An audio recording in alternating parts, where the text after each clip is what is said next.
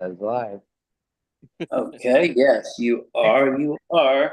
Welcome, everybody. We are live right now, and we are just getting things situated as it is Thursday night.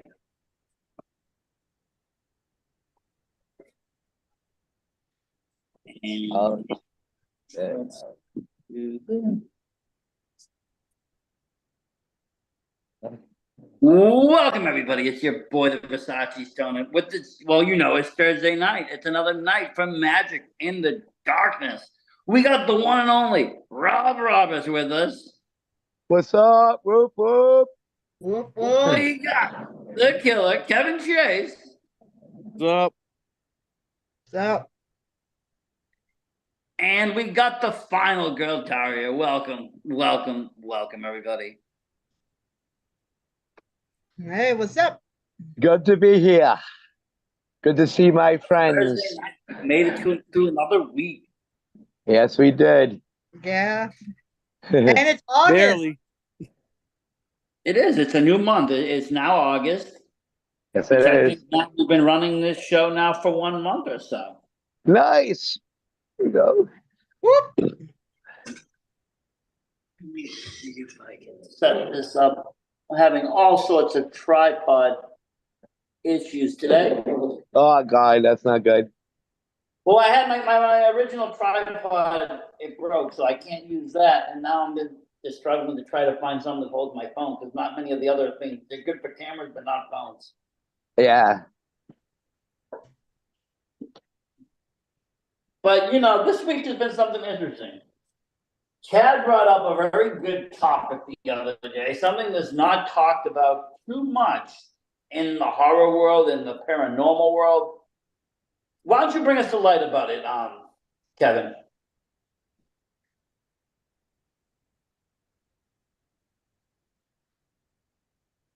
Jace, Talking to With you, us? killer. Talking to you, killer. can you hear us? Can you hear me? We can I hear can you. hear you. Can you hear us? He's having issues again. See, this is what happens, and this happened in that movie. Yeah. The girl went into the other dimension. You could hear her, but you couldn't see her. We're gonna have to send somebody in. We're gonna have to get a poltergeist. Like this is gonna get serious. We might have lost Kevin to the All right, fourth there we dimension. go. no. All right, He's good. back from the fourth dimension. He looks like he's in a womb. Someone's giving birth to Kevin. Whose Oh womb no. is You know what it reminds me of? Speaking of Frey, like New Nightmare. Like there's this one scene, and the kid goes under the bed. He sees the dinosaur, and he keeps just crawling, and the bed just never ends. You just keep like climbing under the sheets. It Oh, looks like that's where you are right now. After she takes the sleeping pills. Yes. Yeah. Yeah.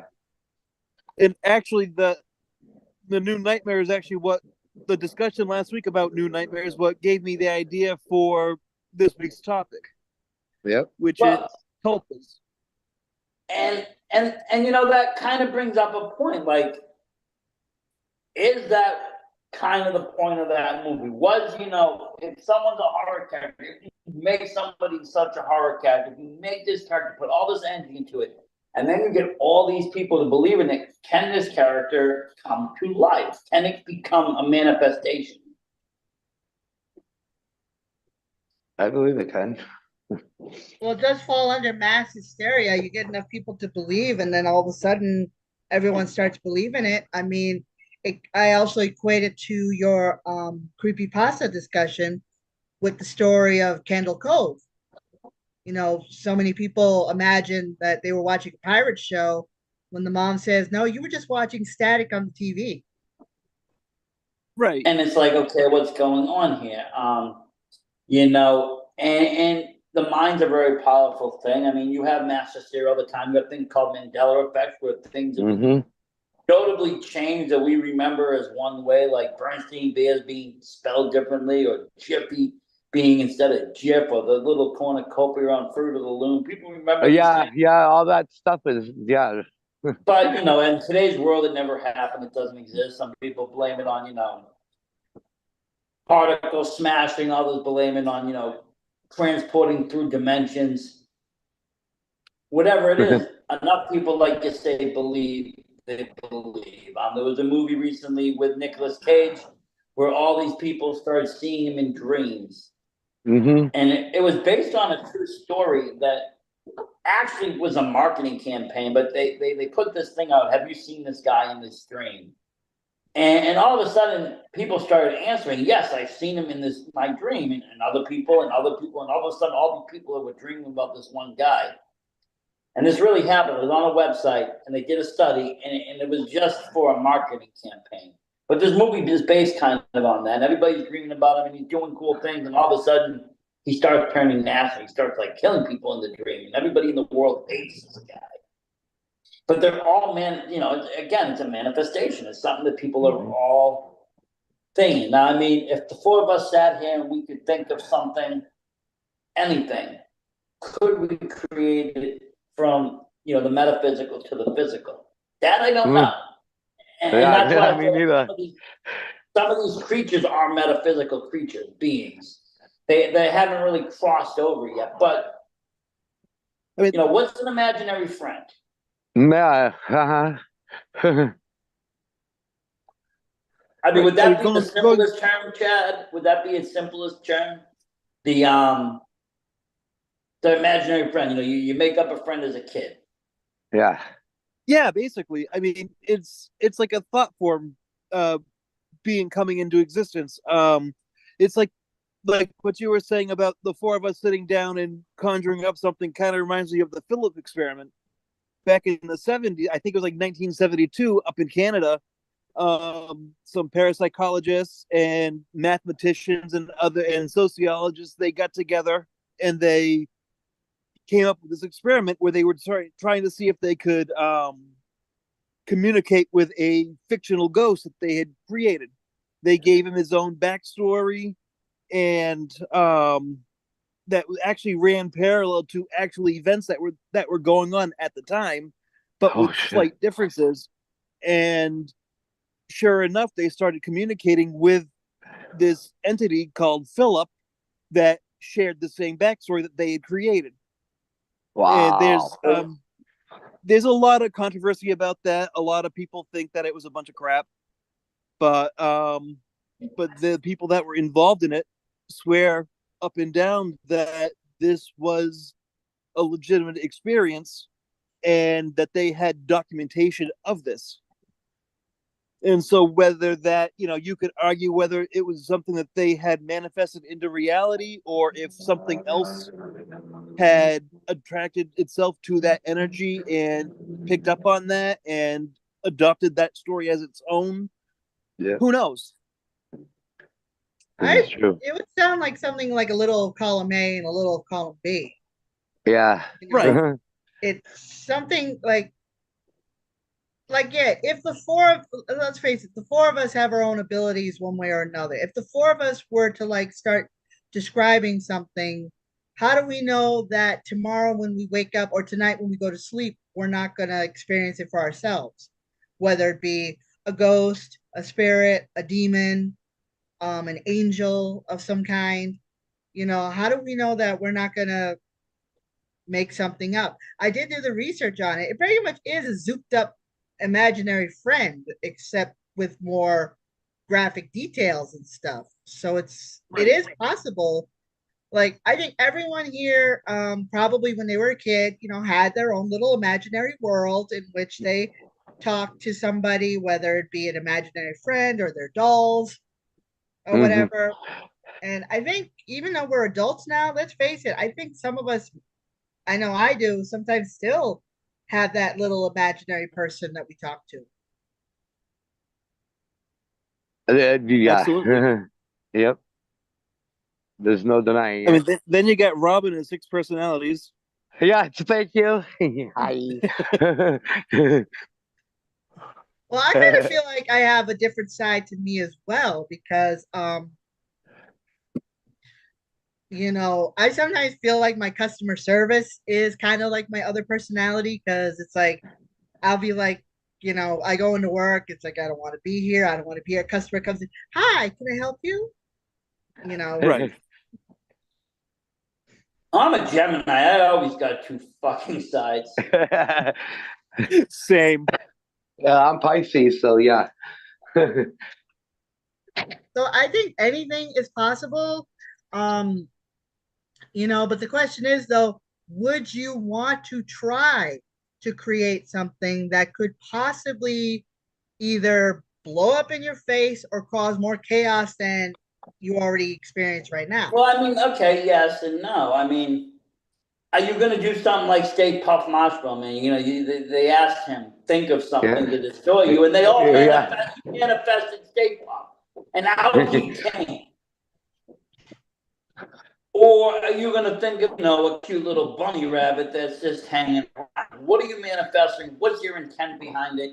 These are all kinds of things that I Well, guess is your. remember, he thought about Stay Puft because he thought about the nostalgia of his childhood, something he thought would be safe and not be harmful. And well, obviously that didn't work. We would But all be screwed. We'd be thinking horror characters right off the bat. You'd be seeing characters like Freddy Yeah, I know, Krueger and right? shit, running through New York. yeah, exactly. So it's I guess it's just a question of the intention behind the thought. I mean, but at the Yeah, I same mean, time, are you I'm a huge manifesting something to cause destruction or to kill an enemy or to destroy an enemy, or are you creating something out of loneliness to have there's different reasons behind things. But are they possible? I believe they can be to an extent. If people believe enough, then these things become real, and energy gets created. Energy can be created. Yes, It it can't can. be destroyed, but it can be created. And when you create this energy, it has to manifest in some sort. I created kind of something for me. I've had this ongoing theory that everything happens on a Tuesday. I can't explain it. All I know is that I feel like it doesn't matter what it is, good, bad, weird, indifferent, strange, whatever. If you look at the calendar, it's a Tuesday. I don't know what it is. It's just Not for me. something For me, it's a weird I Friday. have. It's every payday. Something to get closed down. No, but No, seriously, but it it's could. something I Could be. believe in. No, and it could be. There's really no coincidences. There's a lot of things that have patterns to them too. But let me ask you something like this. Now, there's things in the world like cryptids, right, or things that people believe in very heavily that might not have the evidence, like Bigfoot, Yeah. Mothman, other things like that. Would they be considered these? Are these things that people have manifested, or are these things that people have seen and now are just more curious about it? I mean, that could be a bit of a mixed bag. I mean, some people believe that Bigfoot are like extra dimensional beings that can portal in and out of between realities. Some people believe that they're just an undiscovered animal. Yeah. Same thing, more or less, same thing with like Dogman and things like that. That's a lot. That has a lot more. That's more. Urban Not legend. really. Yeah. I lost my train of thought on that one. But you have But yeah, no, and I get that. I mean, like you have creatures that started their existence on like creepy pasta. Like you have things like the Rake and Yeah. the Slender Man, which started out as creepy pastas, but people have gone on and claim to have had experiences with.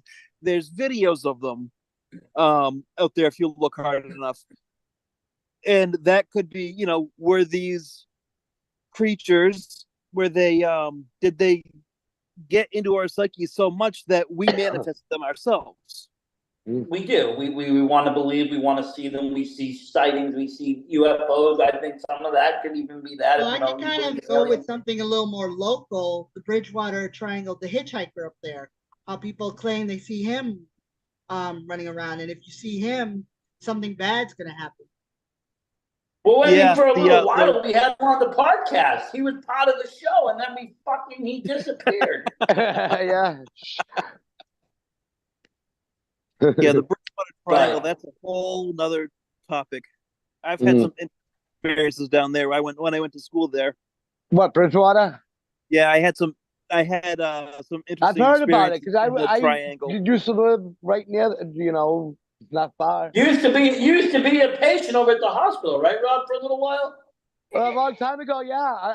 Honest to God, yes. Honest to God, yes. At It's a rough spot. It's a rough place over there. Bridgewater Hospital. Bridgewater's no joke. My dad used to live out in Bridgewater a long time. It's for I mean, you have a variety basis of people because there's legitimately criminally insane over there.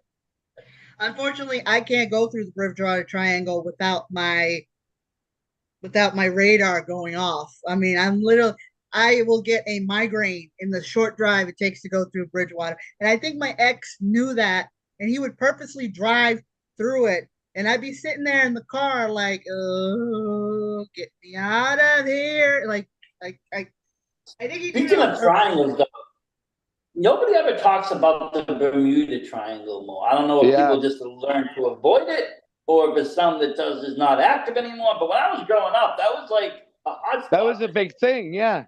Yep. When I was a kid, I thought that the Bermuda Triangle and quicksand were going to be much more problematic than they ended up being. Especially the quicksand. That shit was, you would think you'd just run into that on the way to school. Like, oh, God, it's a wet one. The sand's coming down quick. I read the other day that quicksand can't even actually suck you all the way in. There used to be a forest near my house up in Brighton, and sometimes the mud would be so thick it actually felt like quicksand. So if you weren't careful, you get your foot stuck. Brighton, Mass? Yeah, that's where I'm originally from. I'm from Watertown, so I'm right next to you. We're neighbors. Nice. I'm still there now. Yes, we're neighbors. So yes, I can see that. Brighton's a fun spot though. They have a lot of cool places to kind of walk around and. Yeah, but I was always told that wooded area around the block I had to avoid. It turns out it was just because a homeless guy lived there. So they thought. Yeah. A lot of the stuff was just there. But that's what happened. People just, we get stories in our head as a kid because our parents don't want to go near the drugs or homeless people or whatever it is. But then the kids tell a different tale, and then these tales are what spread. And it's like, can't go near this area because this has happened. Like, I remember hearing tales about train tracks and the mall and the Arsenal Mall and shit back when I was a kid and other stuff. But again, that's all believing though, right? And some of this manifestation, right? It's almost what an author would do. Like, you have to create a character from scratch for your novel, for your book, for your story. So you have to bring all these features to life. And by the end of it, you have something that is very much alive. Yeah, it kind of reminds me of oh God, what was the name of that movie? It was Will Ferrell and Emma Thompson. Emma Thompson played an author. She created a character unaware of the fact that fiction. Yes, that was good. And it was and he could hear the narration of his life as it was happening. I kind of liked In the Mouth of Madness too. That was another one that was kind of like you played the role, switched the roles up, and there was an old Twilight Zone episode where a guy was writing his story and he wrote like his wife, and she ends up finding out that she's just a character, and he ends up throwing her in the fire. The piece of paper where he wrote all the information. He was like manifesting all these people, and I guess that's where I thought about this. Like, that's what we do. I manifested the character Twinkle Toes, and then I actually brought it to life by dressing up, putting shoes on, putting a mask to it, putting character behind it. Rob done something, with Mr. Biggles. You would think in the early days, he probably was just a story in his head or an idea. He brought that idea out, pushed it out. Characters do that. They get lives of their own. A movie character gets put out, and the fans take it to wherever they want to take it. Yeah, I used to write a lot of fiction, a lot of fan fiction when I was younger, and I wrote some short stories myself. And I created a character, my own Daria character, but my Daria was a very powerful witch, like the most powerful one in the world. And I kind of I kind of based it on what I wanted to be. I wanted to be powerful. I wanted to be strong. I wanted to be, able to stand on my own 2 feet and stand up against my enemies. So that's why I created that character. And I kind of feel like over recent years, especially this past 6 months, I'm kind of becoming that character. Like I'm Well, I starting to mean, get back my powers. positive affirmation. Yeah. Positive affirmation is manifesting something you want in your life, and you keep saying it until you believe it, until it becomes real, until it becomes right there in front of you.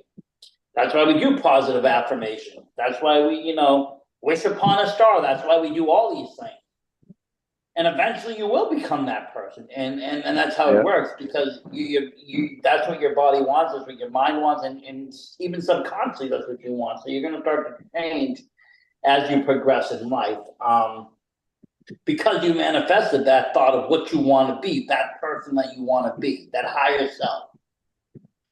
Yeah, and I truly believe in the power of manifestation. Anything is possible.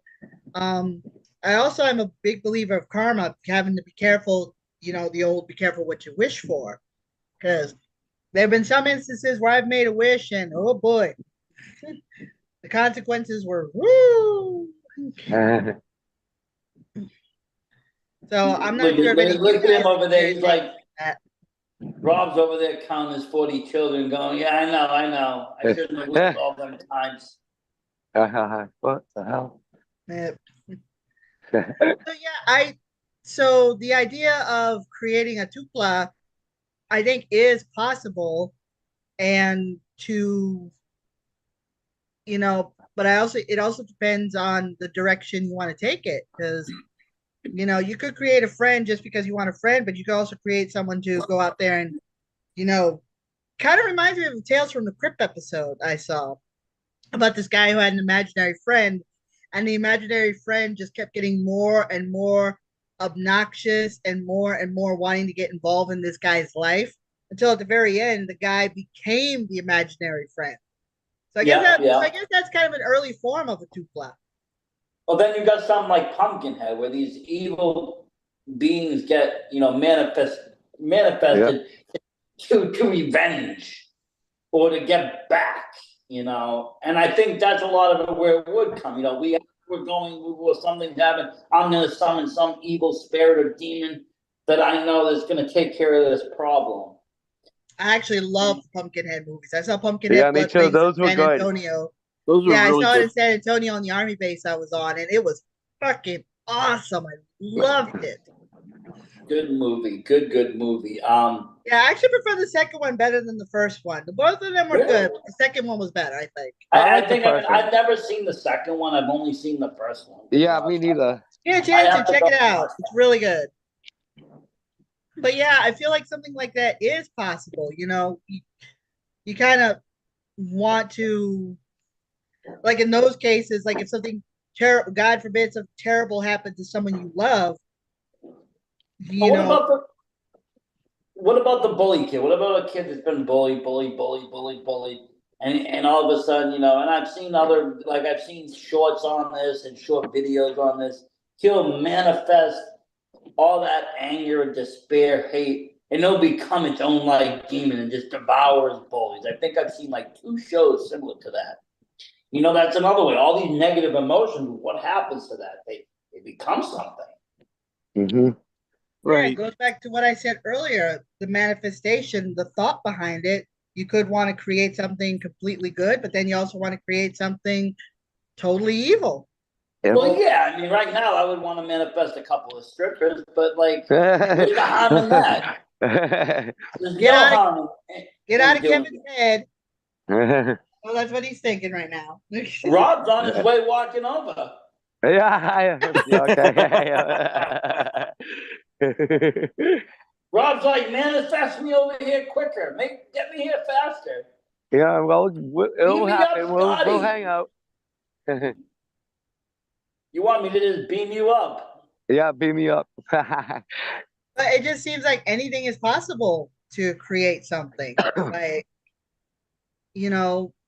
It is because art creation, art has a life of its own, whether it's a song, a video, a piece of painting, all these things have lives of their own and they get this energy behind them and it can manifest. So why couldn't we manifest an actual creature, an actual being or something? And it's like again, I talk about this all the time. There's so much in the world that's just unknown and unseen that we just don't know. We don't even pay attention to. People aren't aware enough to go out and search in the dark for these crazy discrepancies that take place in the night. Everybody's on their phone doing this and that. Nobody's out there searching. There's no more great explorers out there exploring. No. Seeing what Yeah, I the think world that's the has. problem. It's like, oh, we've developed so much of an addiction to technology. We've forgotten, the basics of just, going out and searching for answers, I mean, as a Everything is society, double as a society, well, that's the thing. I mean, as a whole society, we've even stopped exploring the ocean to a certain extent. The governments and the powers that be said we no longer are going down to study. We're going to go to space, but we haven't explored the whole ocean. So we don't even know what's actually on our own planet as far as living beings. We don't know what's below the surfaces. Yeah, of there where could we've actually been. be an Atlantis down Actually, there. Mm-hmm. we've only dug deep enough in the earth. We say the earth is made out of this molten core. Yep. But nobody has any hard fact because we've never drilled that deep. They've only drilled like something very small, minute, if you look up the facts. We really don't know what's in the middle. Is there a hollow earth in there? Is there a King Kong style world, a Godzilla style world? Who the fuck knows? Because no one's explored that. There's people that don't even know what the hell's going on in Antarctica. That's another thing. There's a whole continent that has a treaty that says you can't explore it. That is a whole episode's all by itself. Antarctica is a whole episode by itself. It's crazy over there. What I've done, So many different stories. I've done a lot of research on that because I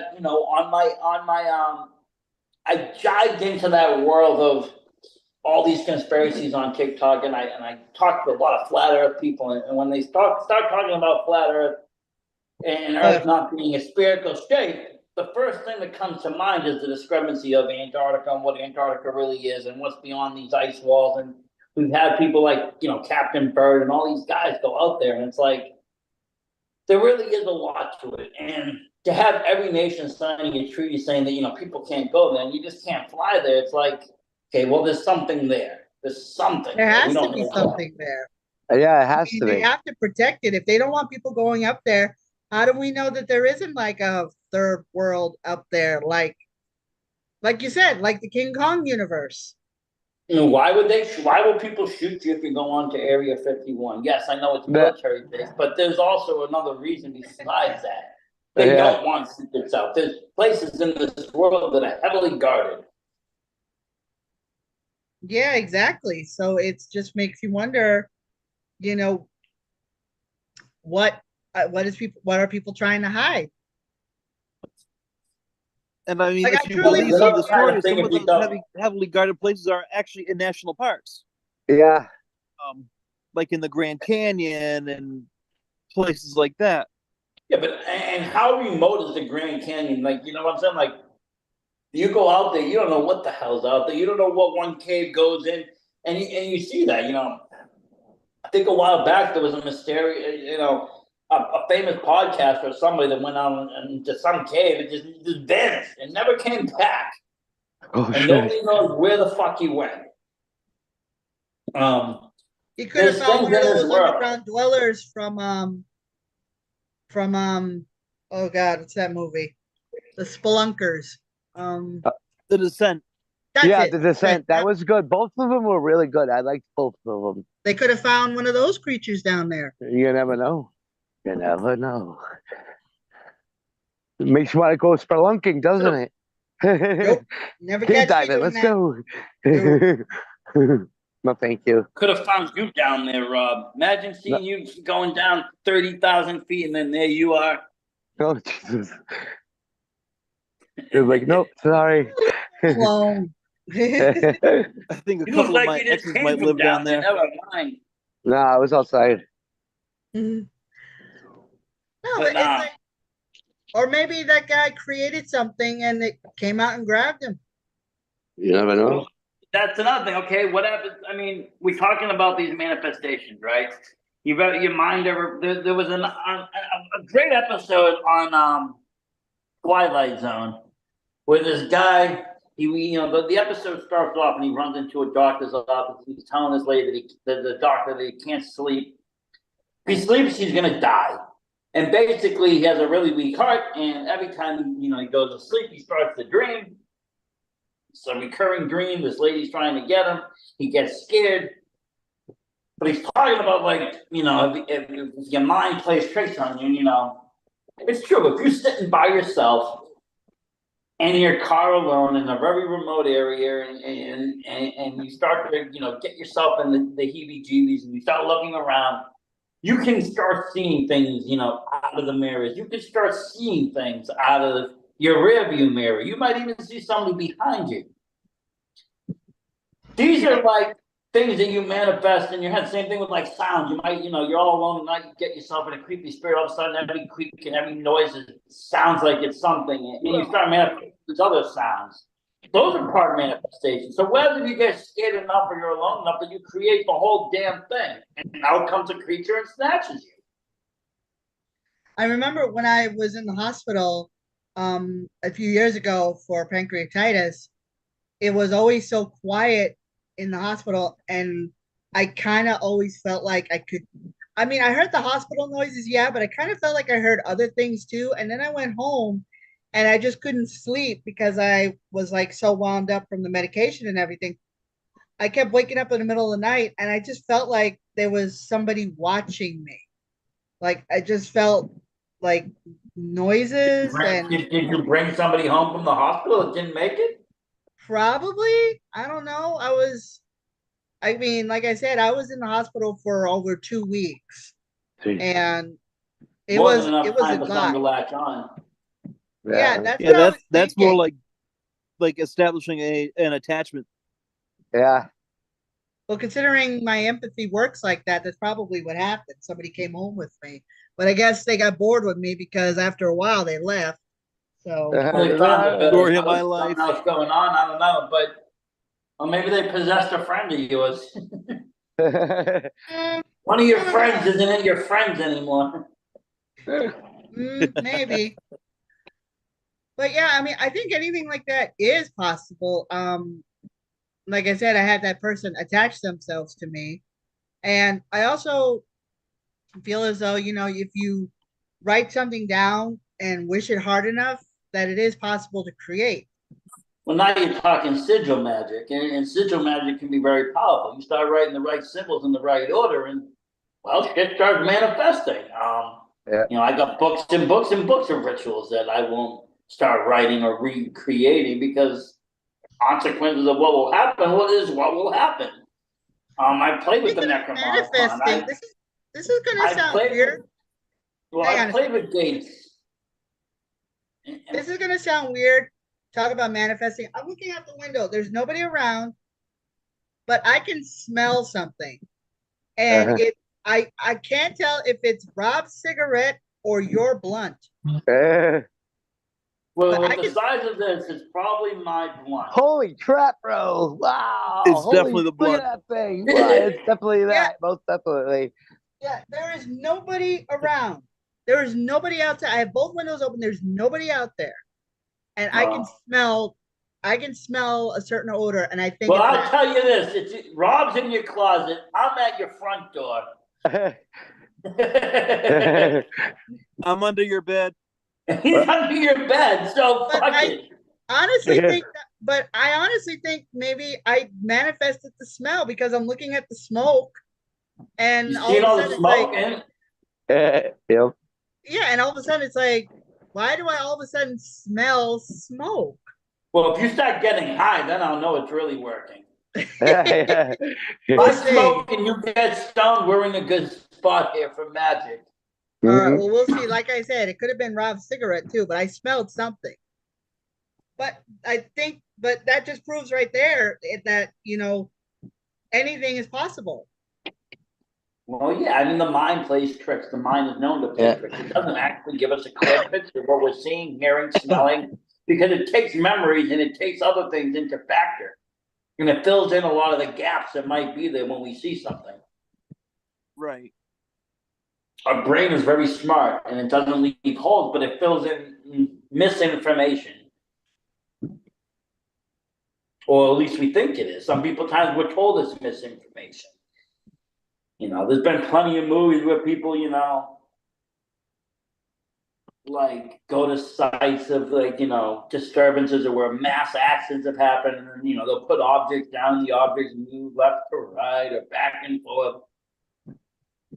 And it's like, you know, you watch this in a movie and you're like, okay, whatever. And, you know, you might talk to people about it, you know, in real life and they're like, yeah, whatever. But again, there's nobody really going out there and exploring it. The paranormal people that do are getting paranormal results. It's like, Yeah.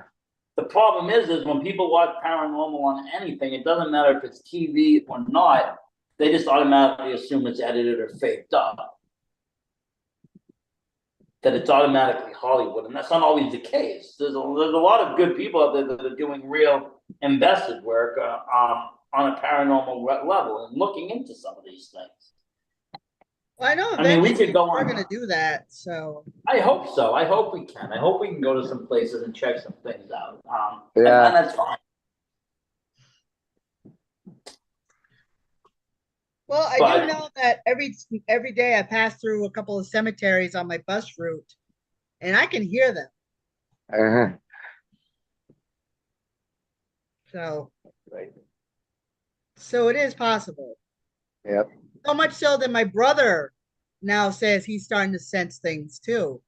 So I have a feeling hanging around me, his abilities are starting to come out. well, I mean, I'll be honest. I saw Rob's last match. He was almost about to kind of lose, and then he manifested Dark Zane to come out and save him. And he kind of used it. He kind of used the powers right there. Yep. Also, the That power dude of came out money. of nowhere. Was there money involved? I don't think anybody has any money to pay He anybody. said in the promo, "Who says money doesn't buy friends?" Yep. I was there, all 50 cents of it. But yeah, Mhm. Might have been. 50 cents is kind of high, though. Might have been a quarter. But no, it's true though. Anything, you know, can happen, and I think that's Yep. what a lot of well, people has need to anybody have. here, man? Has anybody here recently had their own little, manifestation, good or bad, indifferent? Like, has anyone here experienced anything like that recently? Nothing No. recent. Really? I stopped playing with demons and stuff a while ago because things just got hectic. Things just got crazy. You know, you summon one, you summon two, you summon three, and they're not for negative reasons. They're for very valid purposes because a lot of the books in the Goetia, the demons, they have certain and specific purposes. But at one point, there was just too many around. There was at one point I was told by two of the people that came to the house that there was like 9 or so demons flying around my house. Oh shit! And Wow. people weren't even trying to walk in here that had any kind of sense. So I kind of stopped playing with that. So they were basically coming over and be like, "Party!" It was in the beginning until weird shit started happening, honestly. I believe it. Yeah, that's kind of stuff you don't want to mess with. Yeah.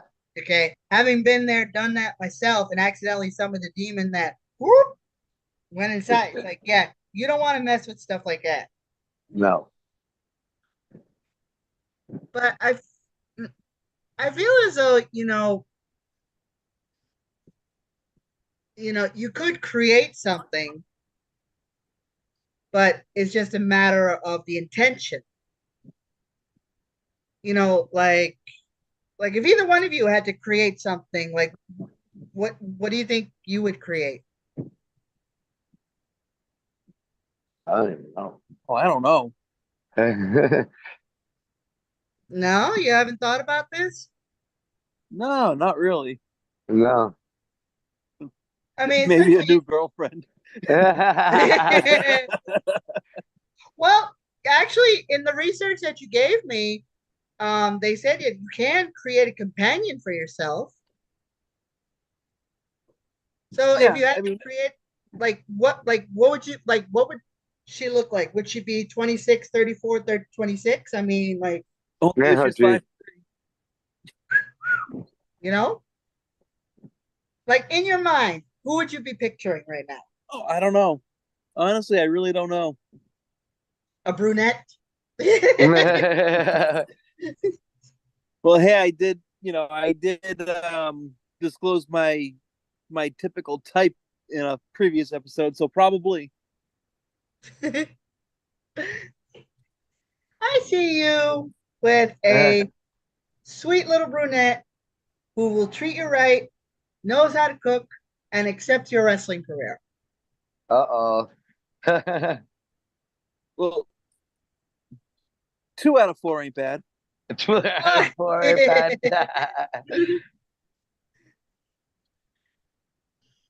What about you, Rob? What would you manifest? Oh God. I mean, you've already got the girls.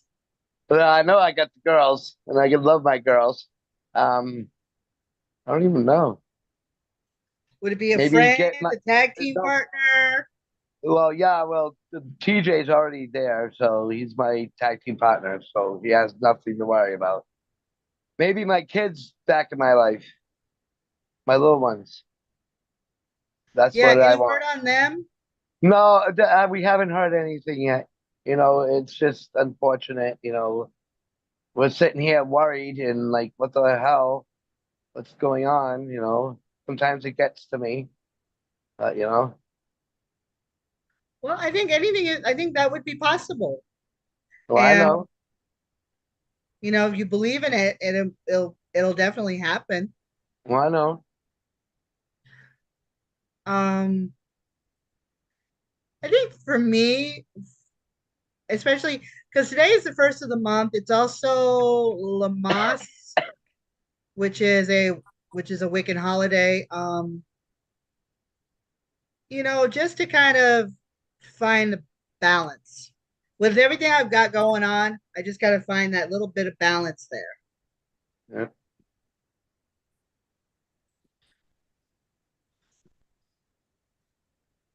that's interesting. So, Sorry, my wife tested me to go upstairs. I was like, what the hell? Yeah, it's all good, dude.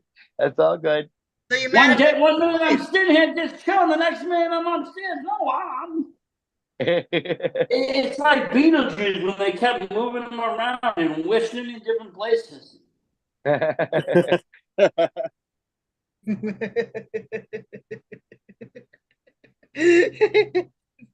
Fucking crazy. Ooh, whoa, I'm getting a bit of a side effect here. Okay. I think See, I you think are I getting high from the blunt. I think I am. All right, okay. No, this is, I won't lie. I was with somebody on the way to Limitless. Right? We went to the Limitless show together. I didn't want to drive because I didn't feel like driving. And I was only smoking my vape, which it doesn't cause any kind of, smoke in the car. It doesn't cause it. Nobody, you can't get a secondary Oh, high that from was it. hilarious, by the Enough. way. But all of a sudden, we're sitting at this show, and my friend all of a sudden's like, dude, whatever you were just smoking, all that, like it just hit me. I'm like, what? He's like, I am fucked up. I'm like, well, that's the Versace stoner effect. You smoking, you're close enough to me, you're gonna get stoned. Well, I'm beginning to wonder if I'm manifesting that right now because I only get this little like right here, I get that feeling right there, and the only time I ever get that is if I'm getting a contact high. Well, you're getting a contact high. You were smelling the smoke, and now you're seeing it, and now it's coming, it's being blown in your direction. And it's some good shit. It's Possibly. called Government Oasis. It's really nice. It's a Ooh. fun time. I bet, bro. I bet. Look how subside that goddamn thing. Man, bro. No, it's Fucking just, hey. but it Ladies just and goes to gentlemen, show anything is possible. Oh, boy. it can happen. Well, that's the thing. Let me ask you this: if I can psychically vampire someone to steal your energy, why couldn't I give you energy? And I Yeah, no can. shit, right? Yep. Wrestlers get energy all the time from fans through reverse vampirism. You send out positive energy, positive vibe. Same thing can happen with a high. If I want you to get high, I can send you positive energy to get stoned. And with any luck, you'll be stoned without having to actually smoke or spend money on it. I'm already feeling it right now. Like it's I'm gonna do it to you when you're at work. actually that has happened to me.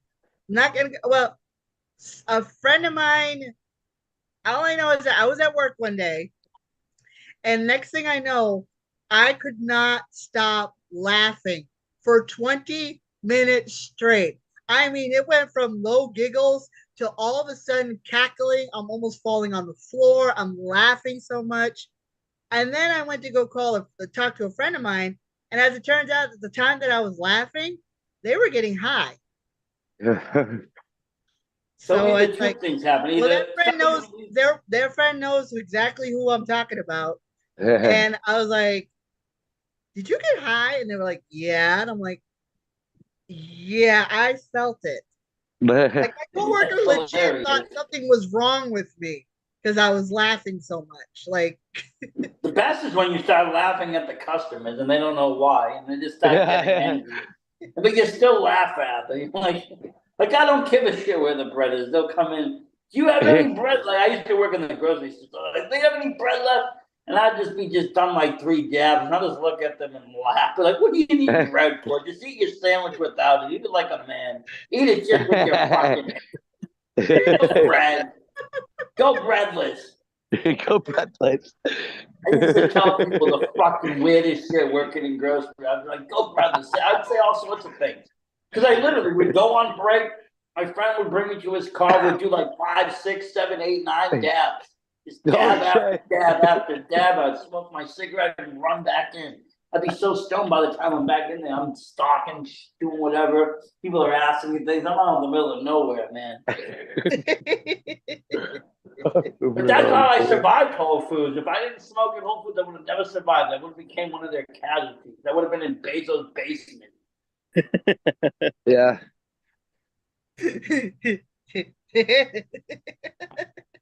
I don't know why Chad's laughing. He looks like a young Bezos over there.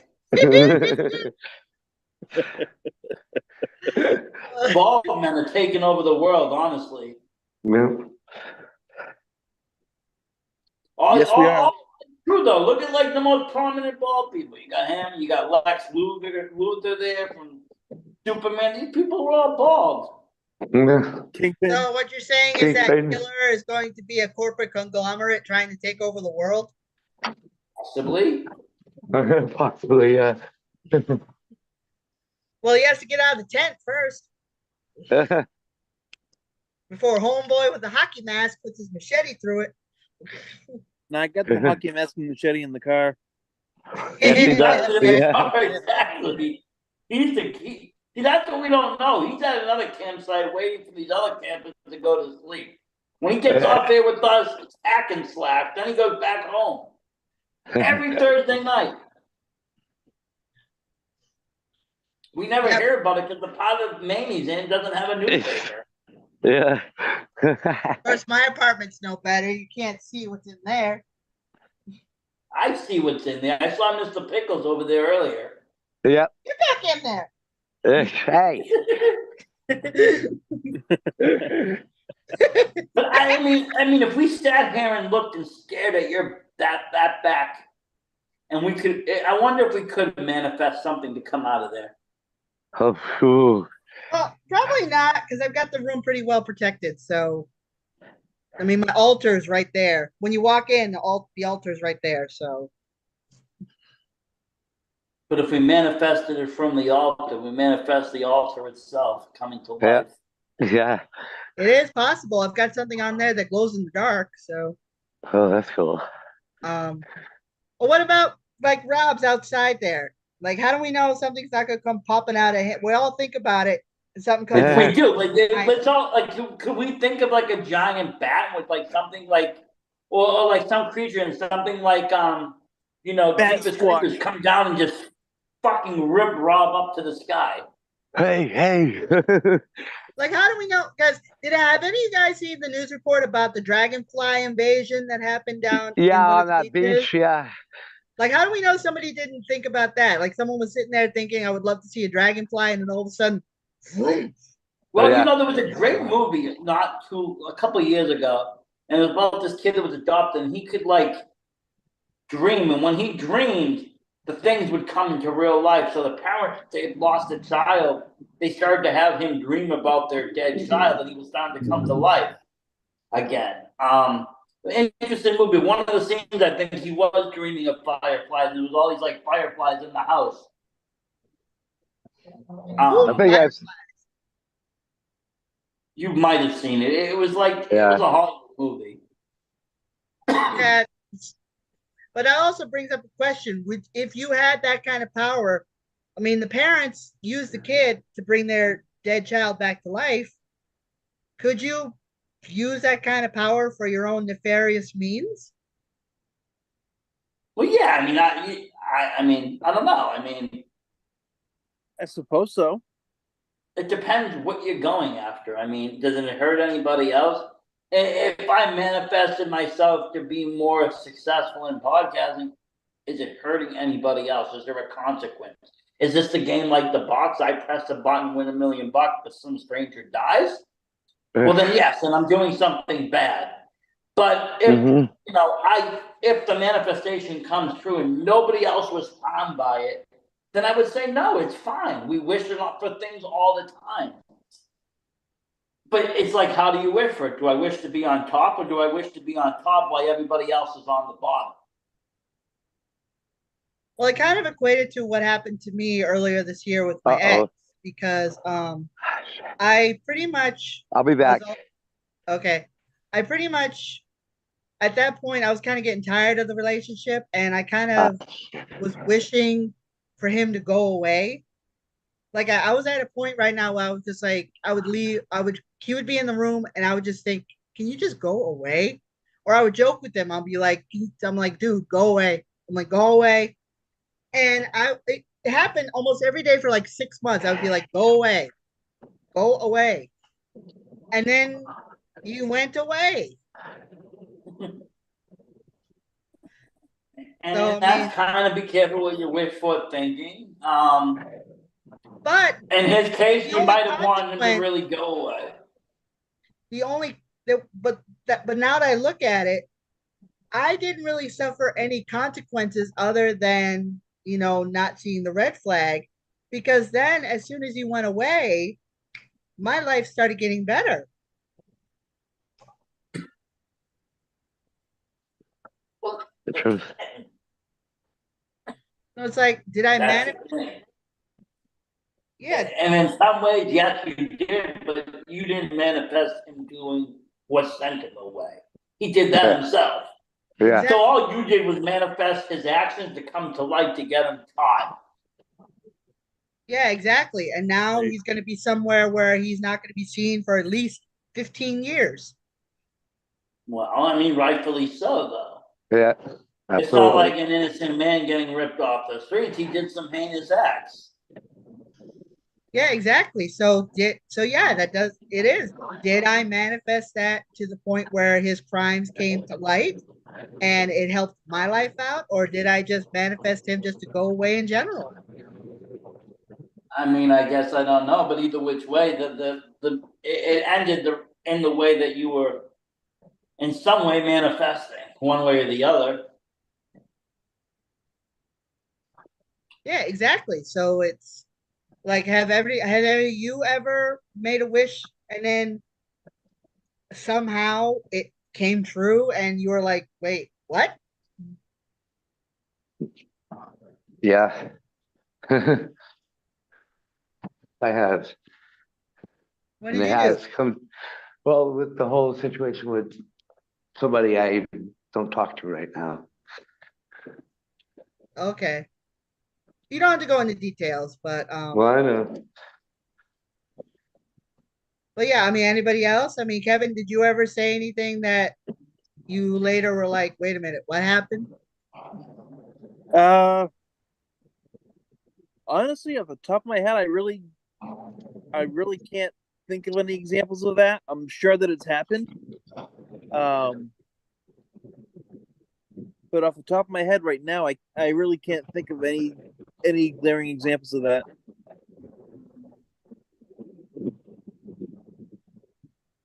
And I Well, can tell you one time I did. One time I did something, I wished, and I was wishing hard. I was wishing for a real boy. And then I had a son. So I don't know. Maybe I manifested him. Maybe I didn't. But I Never said that know. year that I was, that I wanted to have a kid earlier in the year, and I didn't even have, a girlfriend at the time.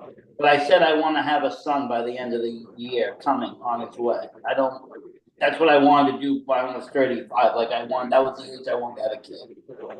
And it ended up happening at the end of the year. So maybe I did manifest it, or the blue fairy came down and turned my wooden puppet into a real boy. I don't fucking know. but Could you have see, been the blue fairy. but that is possible. I mean, you wished hard enough, and next thing you know, there's your beautiful little boy. Well, Yeah. even that movie Pinocchio is based upon a wish, and when you wish upon a star, you Oh manifest yeah. your wishing, and that it Right. goes back to that. Yeah. It goes back to if everybody wishes for something, does it come true? Can it Yeah. come? There's a lot of things that I think the power of the mind can happen, and that's what a wish is. It's the same thing, kind of what we were talking about, on a different level. It's using the energy of your thought and using it in a way that it changes from that thought energy to something else. Yeah, and sometimes it also depends on the energy you put in it. When I was first practicing, I would make these wishes and stuff. And one time I was with my first ex-husband and we were kind of low on funds. And I was like, I wish we had more money. And then the very next day, my tax return came in. But then, no sooner did my tax return come in, we had rent due, bills needed to be paid, and for some reason, he needed me to give him some money. So the money wound up disappearing within 48 hours. Yeah, and that's why I don't make wishes like that. Because I watched the Twilight Zone episode. This husband and wife, they had this little mom and pop shop, beautiful little thing. And the husband, it wasn't thriving though. The husband was really kind of. He felt bad for people. People would come in with junk, and he would just buy it. He was losing money. And at one point, he ends up. He moved the room and he breaks this glass case, and it's going to be like $50, and they broke, and he just bought some junk for like $50 off some old lady. And anyways, he rubs the thing, and a genie comes out. Genie starts with all these, questions and stuff, and says, I'm going to give you 3 wishes, whatever it is. And so the first he wishes, for the $1,000,000, and he just wished for $1,000,000. And he got the million, and everything is happy. He's parading. He's the kind of guy he is. He's giving money away. He's doing all this shit. End of the day, he gets, a guy comes to the door. It's a tax man with the bill for taxes. Well, that $1,000,000 was taxed, and he ended up owing like all this money on the tax that he now doesn't have. So then he wished himself again, and the wife was like, "Be careful what be careful." He's like, "I wish to be in power, but I do not want to wish that. I want to be in power, but in a very dominant figure of a very prominent country, and I want to make it so I can't be removed." So he says, "Okay, wish is granted." And the next thing you know, the dude wakes up and he's Hitler. Oh, Jesus. Oh, Oh shit! It's the end of World War II, and he's in the bunker, and the guy's coming over with the poison, going, "Here you go." And he's like, I'm a dictator of a country, and I can't be voted out. Man. And he realizes what he did, and he fucking used his 3rd wishes to make it all go back. And then at the end of it, you know, the wife looks and she realizes, you know, the glass window isn't cracked anymore. She's like, I guess we made out. And they both start laughing, and then he fucking bumps it and cracks it again. And then it ends. But it always gonna be, you know, be careful what you wish for, and be, you know, understand there's consequence to that. You know, you got $1 million. Well, there's gonna There be was things actually a horror movie based on that. Has anyone here ever seen the Wishmaster series? yes, there is. Yeah, That's Yeah. exactly Based on the the gin. The Jinn. He was Yeah. exactly that. He grant your wish, but it always had a consequence. Like one woman wished to be beautiful forever, and she got turned into a mannequin. yep. Yep. And they did. I think even in one of the Leprechaun movies, they did some wishing. The girl wished for something, and people were doing different things. In one of them, I think when he went to Vegas. Yeah, I Um, think so too. but yeah, it's always a challenge. You mentioned it earlier about karma, and there was such a thing, and it's kind of like, okay, if you're getting this, where's it coming from? What has to go out of it? Not everything that comes in is a good thing. You know, you would say, oh, you want $1 million, and then, you know, somebody dies and you inherit $1 million. That's not necessarily a good thing. Yeah, that was actually one of the Wishmaster wishes. The guy was like, "Oh, how about $1 million?" And then his mom dies in a plane crash. Yeah. So it's like, yeah, you know, the consequences, the karma, like you mentioned earlier. But again, those are manifestations as well.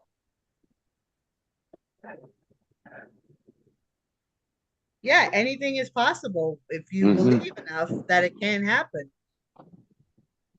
And that's the other thing. Does these things happen because you believe? Or does it not matter? Like, you know, you hear things like voodoo and hoodoo and stuff. And everybody that practices and the person that it gets practiced on has to believe in it. If they don't believe in it, it won't work. Right. Like the skeleton key. Yeah. But if they don't believe, they don't believe. And then it just doesn't work. So is that on this case? Do these things happen because people do believe, or would they happen naturally anyways if people didn't believe? I don't know. That's a good Well, question. unfortunately, we live in a time where people will easily have some kind of logical explanation about something. The person can't speak. Oh, it's because they got laryngitis, or Yeah, the person can't move, or it's because they fell down wrong. It's like we live in that, and it's like nobody wants to take into consideration that maybe something paranormal is happening, maybe something magical is happening. You know, there are just some things that can't be explained, but yet everyone's always trying to find some logical explanation for it. uh-huh. Well, Like that's when I what I had said. my People, panic attack, someone was like, "Are you sure you just weren't having a panic attack?" It's like, no, someone was attacking me psychically. people don't want to explore anymore, and everything's supposed to have a quick answer. And I mean, unfortunately, a lot of the stuff that happens to psychics, that energy that you feel, the fifth sense, all the sixth sense rather, all of that gets kind of brushed aside now as various different mental illness ailments. Oh, they're not really seeing anything, they're schizophrenic. Oh, they're not really, you know, they don't have nervous energy, they're just anxious, like, you know, you said. And and sometimes maybe it may be true, but there's other times that it's just not. And if you believe and you know and you've done research, there's things that can't be explained through mental health, through just whatever it is. You can try to get an explanation, you can read the official explanation, you can believe it if you want, but at the end of the day, they're very unsolved mysteries. That's why I used to love that show back in the day, Unsolved Mysteries. Yeah, It showed a lot of these things that would happen, and you know, some would be, you know, missing people, missing cases, some would be paranormal, some would be even things we're talking about now. But it made you think and wonder, you know, what the fuck is out there. People stop wondering what the fuck is out there. People don't want to know, so they just care about what's in their house or what's in their small region. But you know, there was a time when people used to love to explore. Yeah, it's nothing like that anymore. I mean, no matter where you go, this is all you see. yeah. Yeah, exactly. It's like, Yeah. people, something is happening. Mm-hmm. I mean, and that's the thing. But And we got to think. I mean, this world is bigger. It's bigger than just New England. It's bigger than the U.S. Bigger than there's countries out there that probably have been barely explored or barely even inhabited. And it's like we don't know what's out there. We don't know what they've discovered. I know there are You know, a people who are lot of still living in like remote places of the world without no, access to electricity or whatever. They're able to live their lives and they probably have their own belief systems and Yep. but they have cures to diseases and stuff that we don't even know about. They're living their own way of somewhat curing it. ahead of us. That is People true. just don't want to explore. People don't want to believe. They want to believe what's in front of them, but they want to believe also what they want to believe. You can show them something as many times, but if they don't want to believe it, they're just going to spin it to something that they can believe. That's true. Yeah, which is sad, really, because that's why I really feel like, like when my children were younger, I made sure that they believed in Santa Claus, the Tooth Fairy, the Easter Bunny, and they had kids at school who would tell them, that stuff doesn't exist and stuff like. I've heard it. When did we stop letting children have imaginations? Why couldn't we let them? And I think because first of all, they don't understand shit. Mm-hmm. That's the problem. Like, people want to control things. It's like, okay, we're gonna tell someone that Santa Claus doesn't exist, but how do we know he doesn't exist? We don't know he doesn't exist. He could exist. Mm-hmm. Santa very well could exist. yeah, You have no idea. Like, just because you're not receiving a gift and I'm not receiving a gift, it could just be for the fact that we don't believe hard enough. Yeah. Maybe the whole world doesn't believe hard enough, but at one point, somewhere down the line, there was somebody out there doing miracles and giving gifts. Mm-hmm. Can't believe that, then you have no business in believing Jesus.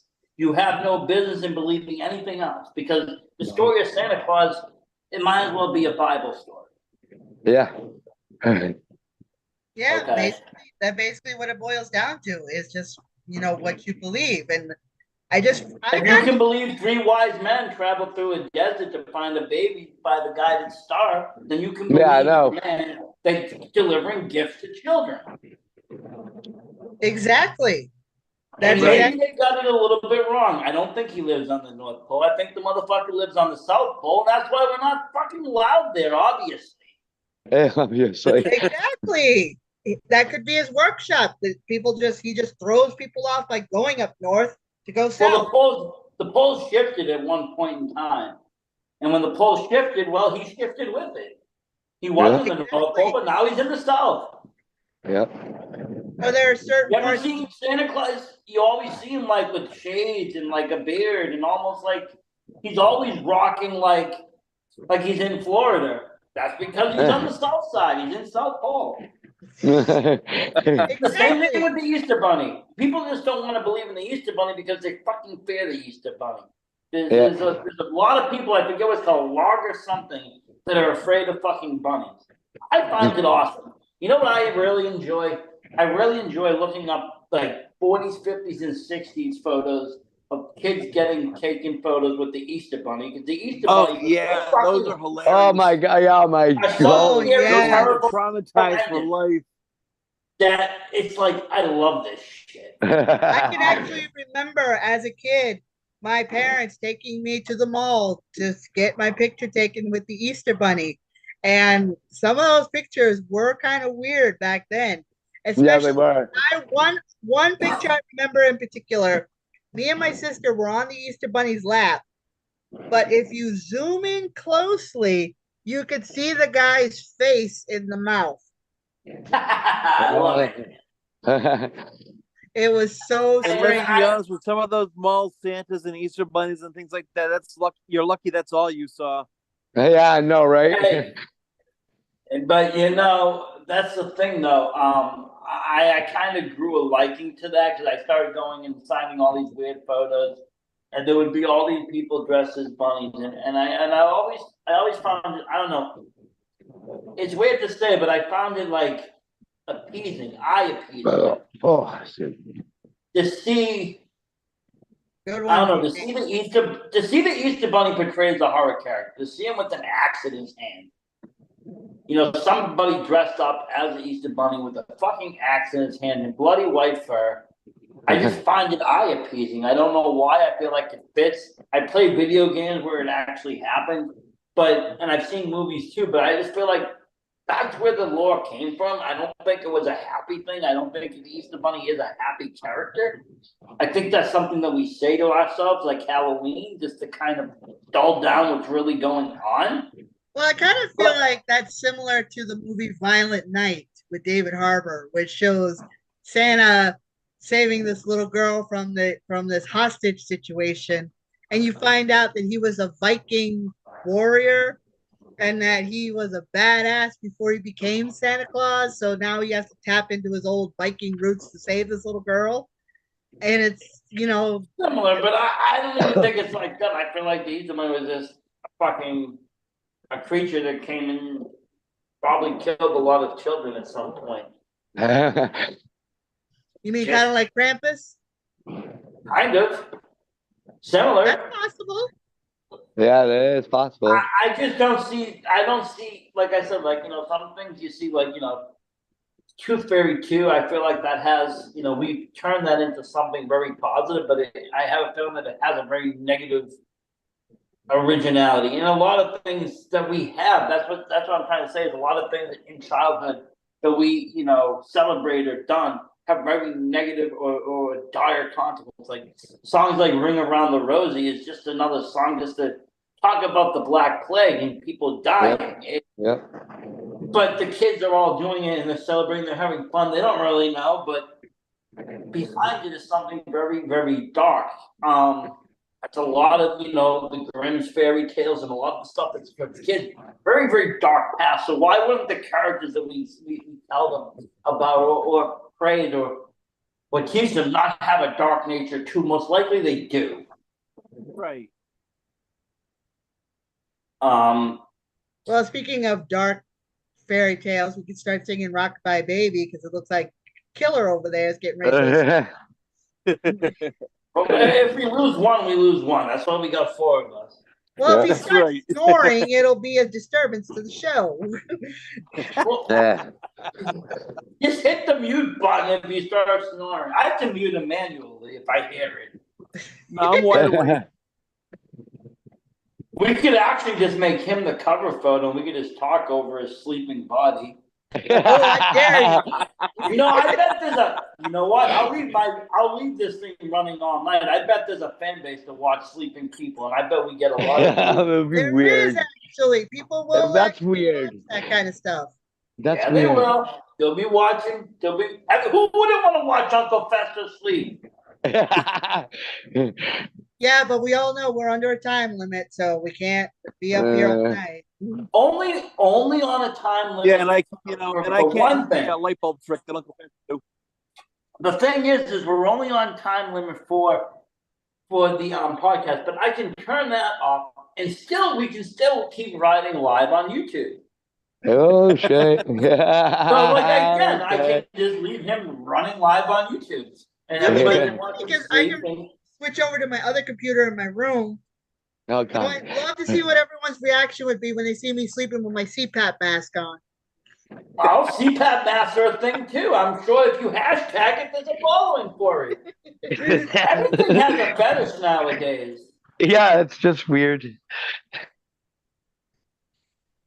Look, have you ever gone to an adult site and actually seen the categories nowadays? Yes. No. Yes. And, Well, Don't lie. lie. Okay, when I was growing up, and obviously you're a little kid, you watch porn. Like the categories would be like, obviously you see like big boobs, older women, black, Asian, whatever it is. Now you got like small feet, big nose, no eyes, half an arm. You got all sorts of weird little categories, and it's all in there, and it's all categorized, and it's just like, wow, there's people actually watching people with other. There's people that are turned on by big nose porn. That's What? great. Yeah, Dewey Decimal System for porn. Yeah. It's wild though. I'm always curious of these things, and I'm not ashamed Oh, because I know Jesus. on the internet they haven't made porn illegal yet. We haven't had Agenda 25 yet, so that hasn't happened yet. So you might as well start watching the porn now in case it goes through. Yeah. But you know, I was just looking at categories, I was just mesmerized that, you know, it was such a list, and there was almost something for everyone. It's just weird. What's weird is the fact that you were on a, well, I shouldn't say that because let's face it, everyone goes to a porn site at least once in their life. So Yeah. Why wouldn't you not go to a porn site? I mean, what would be the drawback? I mean, as an adult, it's not what. As an adult, I don't see the issue of going to it. I don't No. see there being a problem.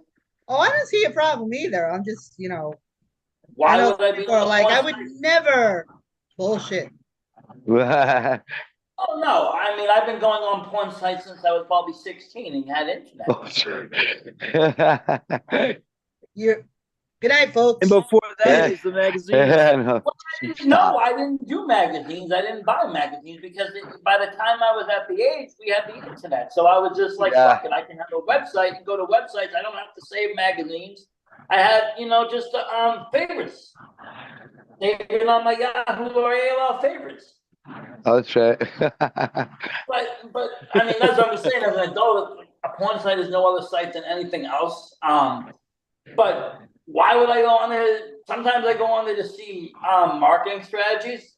Porn industry is a huge industry for money making, but they do it in a lot of different ways. It's not just through porn; it's through also advertising and drawing things in. And I always kind of see how they set that up. And also, honestly, sometimes I'm just curious to see what people are watching for porn.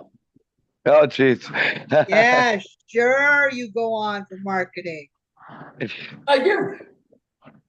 I actually, when I was like 25 or 26, I did websites, and I actually, my dad, he was in construction, and so he would, meet all sorts of people at construction sites, and a lot of the times he would be talking to the police officers, that were doing details, the detail work. Met a detail officer, cop from Brookline, cool guy. He had an idea for a website. He hits me up about a week later and he gets into it. And he has this idea for what would later become Pornhub.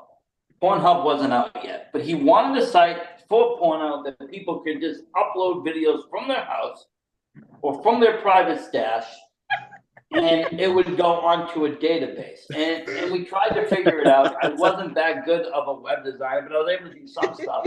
But I wasn't able to figure out the code. So he ended up dropping me and going elsewhere. And he ended up making the site, and it went up, and I think he did sell it off. And he made a pretty penny.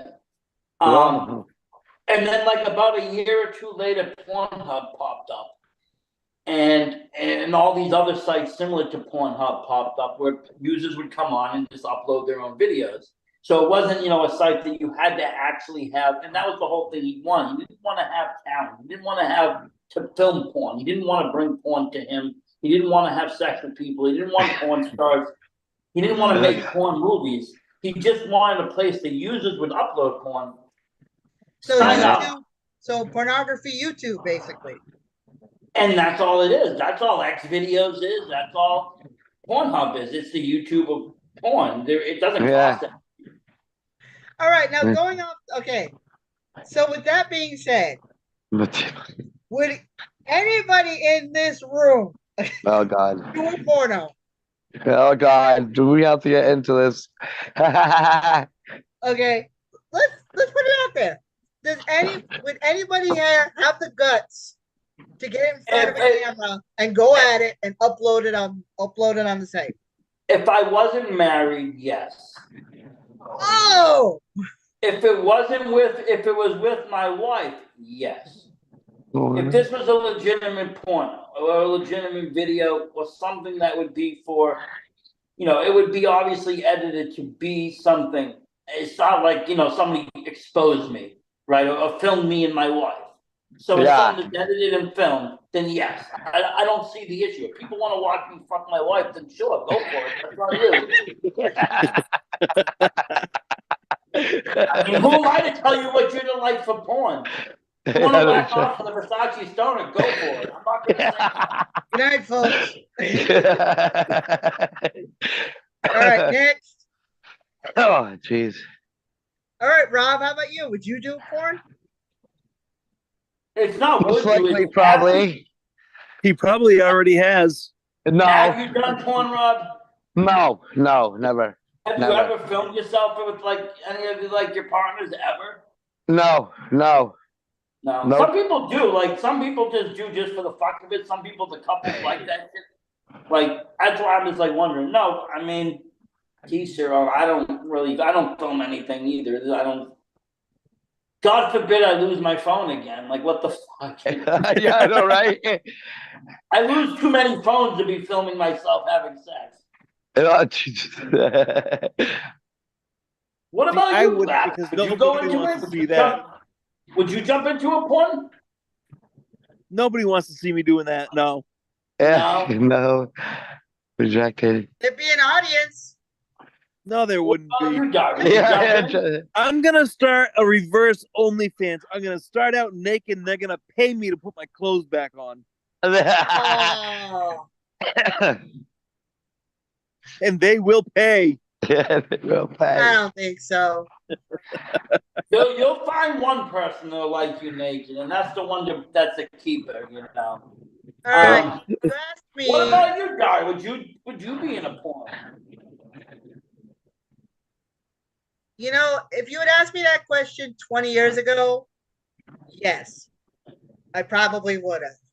But I would have done it in such a way where I'd be like wearing a mask, maybe a wig, so no one would see me, no one would recognize me. Ask me that question today.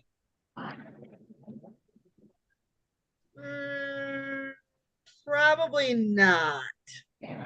Why though? Because of age? Age, and I'd probably be in the same boat as Kevin, having people pay me to put my clothes back on. Yeah, but you got like porn stars like Nina Hartley out there who's been like playing the age game for years, and you got other now people that like there's literally grannies out there, people double your age out there making porns. Yeah, and more Yeah, props but to here's them. the difference between me and Nina Hartley is Nina Hartley aged like fine wine. I age like milk. Yeah, but I know, and I get that there is an audience of people who like big girls, and I get that and all. But I kind of feel like, I would be too awkward in front of the camera. It's more awkwardness than anything. and you know what? Then when you think it's gonna be awkward, that's when you dress up like a clown and then do the porn. Because Oh, clown Pickles porn already has its that own audience, so and there's no such thing as awkward in clown porn. What's she See, gonna No, Rob be? knows. See, Rob knows. Rob's done clown porn. There's a difference. No, I have not. No, I have Fuck not. you. You've been with the midgets. No, I have not. You've done clown porn. Don't lie.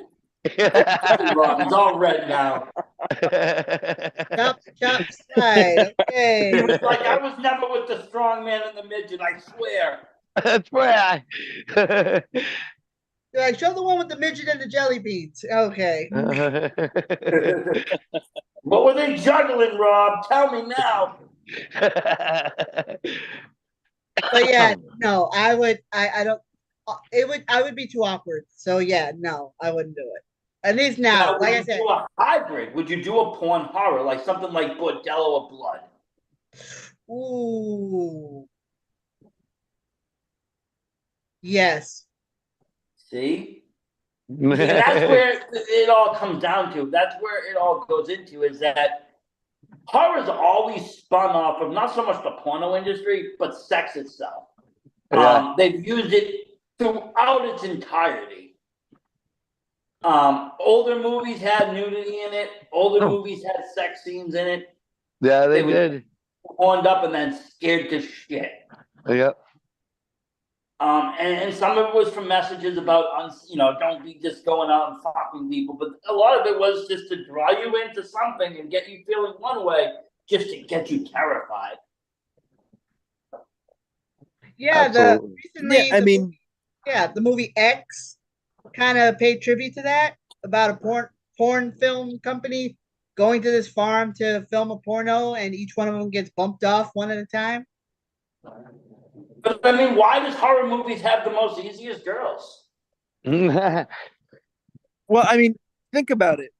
You know, take like the Friday the 13th movies or whatever, for example, Hatchet, whatever. You get a couple of people in a cabin somewhere. They're in the most vulnerable position that they're going to be in, in an intimate moment. And then some whack job just comes in and hacks them to pieces. Yeah, know, like well- okay, even in Hatchet, right? They had a guy that had two girls with him filming a fucking porno, pretending he was doing something else the whole time. Right. You know, like they were still even using it in that way. It wasn't like any other message, but just to have sex involved. I granted sex takes place, it happens a lot, but it seems like in horror movies it's predominant that it's almost like expected. If there's a guy and a girl, there's gonna be sex and then there's gonna be death. Yep. Well, that's why the movie It Follows came out, because it basically was that. You have sex and there's a consequence. In this case, somebody following you to kill you. Yep. Well, that's why I like the movie Teeth. You stick it in, it'll get bit the fuck off. Vaginal dentata. It is, and it's a true thing. It's a real thing. Some females have it. I think some guys have it too. All right, That's a Killer, pain in drop the ass. yours. Let's see if you got it. Oh God. No, but he knows a few people that have it. He's worked with a few people that has it. I think you guys did a shoot about a guy that has it. Shit. Where would it be though? Oh God. Same place that it would be on you. Yeah. Yeah, like a reverse fucking Angela. I'm telling you. Yeah. But you can drop the law. Now say it again. Yeah, exactly. Say it in your head though. Well, to all of our fans out there, good night. But yes, horror, sex, it all goes hand in hand. Yep. And it's a range of emotions, a range of things, but it's also, it puts you in a situation. Would you do these things? Would you be in a cabin? You'll even see shows like, everybody's like getting picked off one by one, and then, you got the two that just run off and decide to fuck because they just don't want to, fuck as they don't want to die as, they don't want to die never having sex, so they're off there just doing it to do it. That always happens too, almost. I actually saw a horror comedy a long time ago called Once Bitten. And, I like that movie. I'm sorry. yeah, I really and do like that he movie. actually had to have sex to save his life because she needed a virgin. Yep. Yep. Yes. That was his what's his name? John Jim Carrey. right? One of his Yeah. early films. Yeah, Yep, one of I his think it was early his films. first horror film. It was a horror comedy, but Yeah. But it was one of Jim Carrey's earlier films. yep. Yep. It's part of the thing. It's part of it. And I feel like now it's kind of, it's not as predominant as the 80s, because the 80s, it was kind of more shocking to see a topless girl. People weren't expecting it. It was more of a hoo-ha. 90s, they kind of just went crazy with all of it. So, Yeah. like, by now, in And not for 24, nothing. And not for nothing. Why was it always the girl? Just for once, I want to see a horror movie with a naked guy. that is true. I you know what? I'll be honest with you. I always found that to be kind of like weird. That it was always like you would see a topless girl, a bottomless girl, or whatever you see, but you would never see the guy. You'll never see any of his junk. And it's Yeah, just the like, only thing you would see probably is like a brief shot of a backside, and that's it. You yeah, but never you would see never see the junk. And I'm like, nudity. And I'm not talking Angela. I'm talking like I'm talking like a guy. After he's had sex or whatever, you never just see. turning around. Yeah, even if you just turned around, even if you glimpsed at it, I think there's maybe like only one or two movies that's ever done that. And I don't know mostly why because that those seems movies so, were marketed towards teenage boys. yeah, but why is that so much worse than seeing a naked girl? Or why is that so taboo? And especially in today's generation where, you don't know who your market is. They could be homosexual, heterosexual, it doesn't really matter. People are No. watching horror You for still horror. don't see it. I mean, the No, closest I even came was today. Midsommar when that guy ran out of the hut buck naked and it was full frontal. So, you got to see that was the closest I ever came to seeing a full naked man in a horror movie. But it's like up until that point, it was never the guy, it was always the girls. And Yeah, you would think it would have been both. Yeah. Even in comedy movies too, like if you go back and look at Porky's, I don't think you saw any of the guys. Well, yeah, because again, it was marketed more towards that Teenage boy. teenage, Yeah. early 20s boy. It wasn't marketed for, and they were, you got to remember in the 80s they weren't thinking about gay, straight, whatever. They were thinking horny teenage boys like boobs. Let's put that in the movie. It'll make a killing. Yes.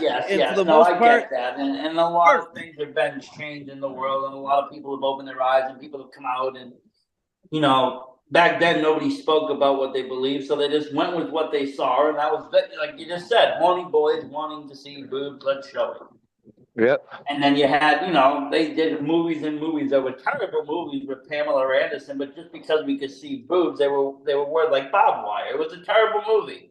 Yeah, I didn't like that. But all I right, liked it now, because you could see her boobs. so with that being said, would either of you guys, if you were casting a horror movie and the scene called for full frontal nudity, would you do it?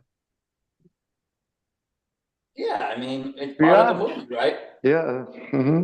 I mean, we're talking horror movie, so why not? I mean, that's that would be a horror movie. That you're the whole scene. You are the movie. That's the movie. You undress, naked. You and want to then it see ends. something really scary? Oh, that And then it is ends. so wrong. That is on all levels of wrong.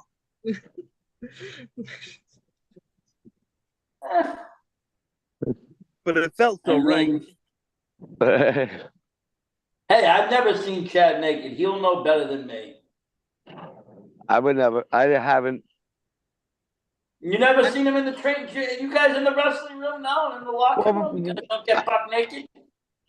No, all the way. No. Does anybody get buck naked in the locker room, Rob? I've seen it. I've seen it before. Yes. I've seen it before. Yes. People stop playing grab ass and stuff. Back Hey, in the day, maybe. The Yeah. things that are seen in the locker room stay in the locker room. Yeah.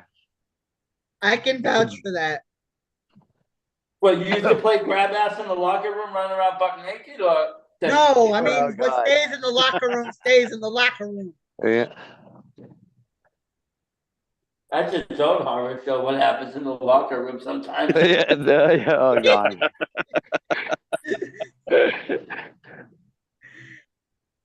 No, but seriously though, I mean, if the horror movie called for it, I mean, all right, he said okay, but would you, Rob, if you were in a horror movie and it said you had to run through the forest? Yes. Absolutely. Yes. Yes.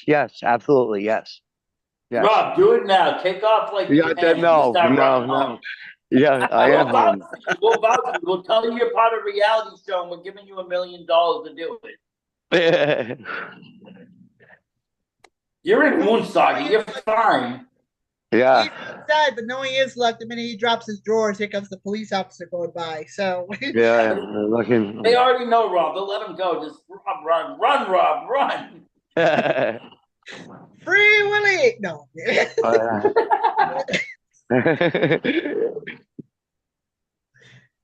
Now, before you go asking me, no, You wouldn't do it, huh? no. If I'm going to be the future final girl, the final girl's never seen naked. So But you just said you would do a hybrid porno like Bordello of Blood. I would, but there is a way around that of being nude but not being nude. You know, kind of like Kate Winslet in Titanic. I guess, yes. She took off her robe, but you didn't see anything. Yes, you No. did. Actually, you did. You did see some nipples, didn't In the you? drawing, yes, but you didn't really see No, anything. you saw her. Yeah, you got to see tits in that. But either way, there is a way around it. You just take it off. Camera gets you from the neck up. I guess. And leave the rest to imagination. Yep, or just get you from the backside. So the backside's not considered nudity. You can show your ass, there's nothing else. No, I said backside. Never said the butt. Oh, just the top. Exactly. Oh, See, there is a way around it. there is. And Yeah. I'm The sure reason why I it's posed been the done. question to you guys is going back to what I said earlier. There's no full male frontal nudity in horror movies. No, but they've gone around it with the ways that you just said for every movie they've done by having. Yeah. Exactly. So that's why I flipped the script a bit. Now, do you think that the movies that they've done out there that had the women naked or have, tit shots or whatever it is, do you think they would have still been a success or talked about if those scenes weren't in it?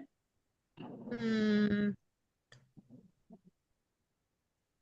Depends on the movie. I would have to say, I mean, I'm not denying it. I mean, sometimes it is necessary for the scene. But I guess it depends on the film we're talking about. Like Halloween, do you think we needed a little tit shot or no, not really?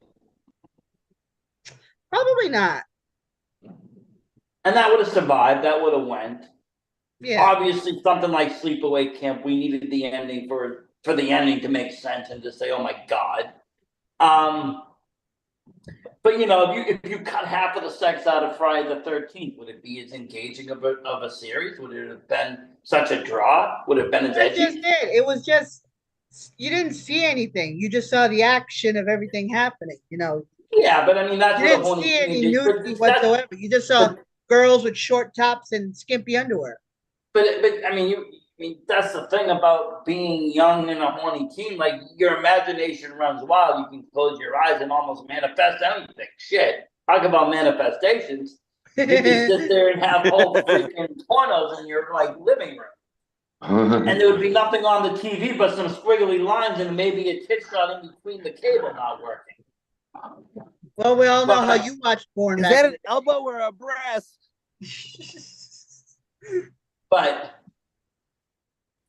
But I mean that's the thing. There's imagination, I guess, that gets to get used, and you can use that in almost any way.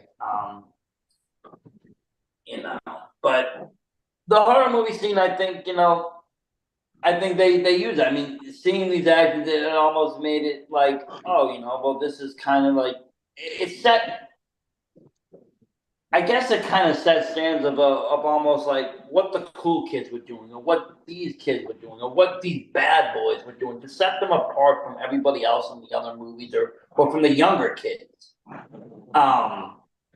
Like in movies with older brothers, the older brothers would be out partying, having sex with the girls, but the younger brother would be home playing cards, obviously, or doing something with his geeky friends. In other instances, the people that were having that or doing these things were the ones breaking the rules. They were the ones that were getting punished later on in the movie or would be getting caught or killed. Again, like you said, you have the rules and the final girl needs to stay and preserve herself and all of that. And it's like, there is some truth to that.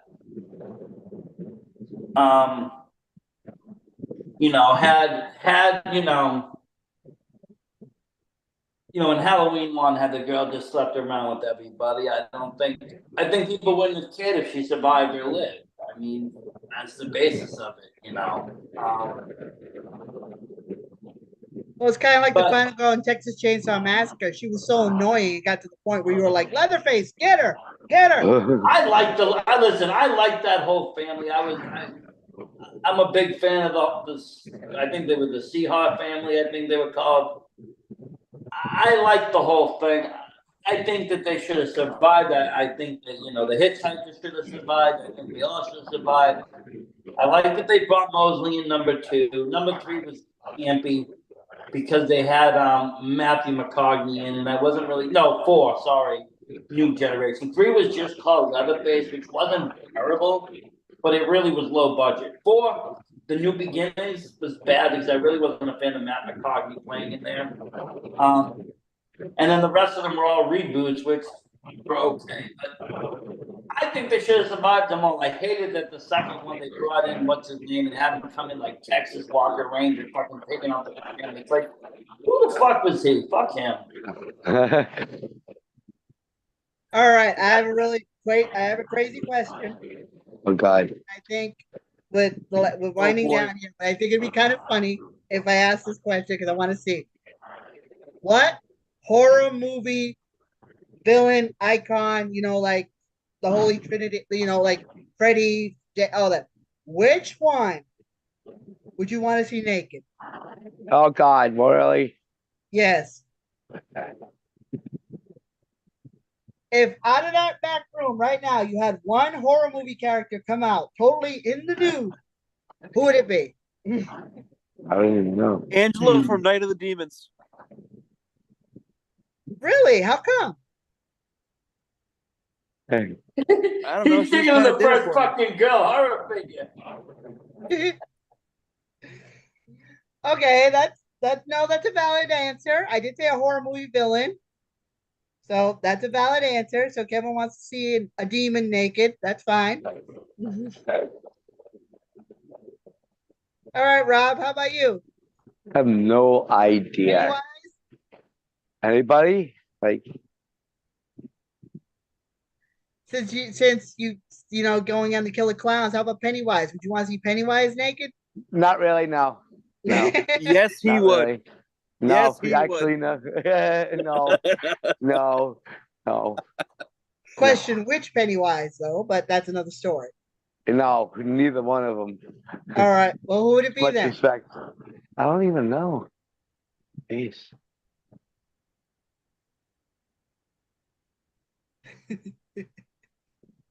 What a good one. I don't even, wow. I don't even know.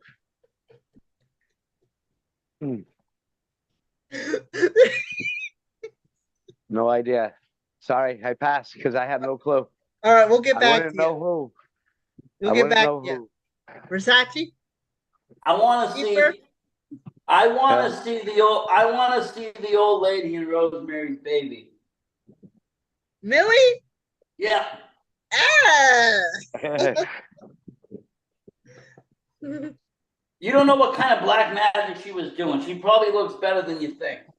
Wait a minute. She was naked. They all were, but you didn't really see. Was she? Did I see it? Yeah, when they were doing the ceremony on Rosemary. Then I guess I've seen everybody, all the villains naked, because you see the devil naked for a second too in that. I guess I've seen all the villains naked, even Guy. I think you actually see part of Guy in that. That might be the one movie where you see part of the guy. Is Guy. All right.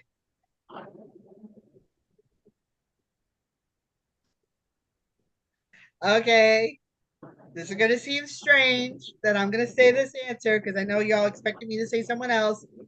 But believe it or not, Pinhead. What?